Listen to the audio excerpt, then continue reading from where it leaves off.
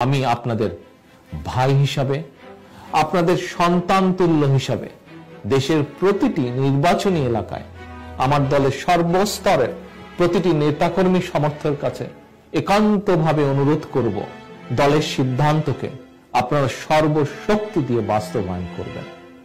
আপনারা ঐক্যবদ্ধ থাকলে ভোট ডাকাতির সকল ষড়যন্ত্র মোকাবেলা করে জনগণকে সঙ্গে নিয়ে এবার আমাদের বিজয় ইনশাল্লাহ হবেই। দলের উপরে, দেশনেত্রীর উপরে আস্থা রাখুন।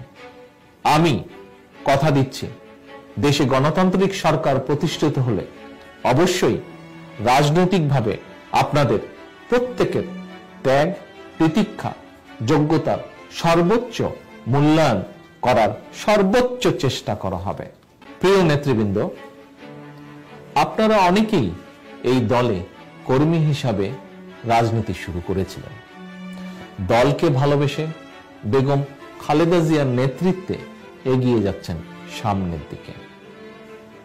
আমার দলের লক্ষ লক্ষ নেতাকর্মী সমর্থক আজ দেশনেত্রীকে শুধু নেত্রীর আসনেই নয়, বরং তাকে মায়ের আসনে অধিষ্ঠিত করেছেন। শুধু আমার দলের নেতাকর্মীরাই নয়, দেশের কোটি কোটি গণতন্ত্রকামী মানুষের কাছেও দেশনেত্রী এখন মায়ের মর্যাদায়।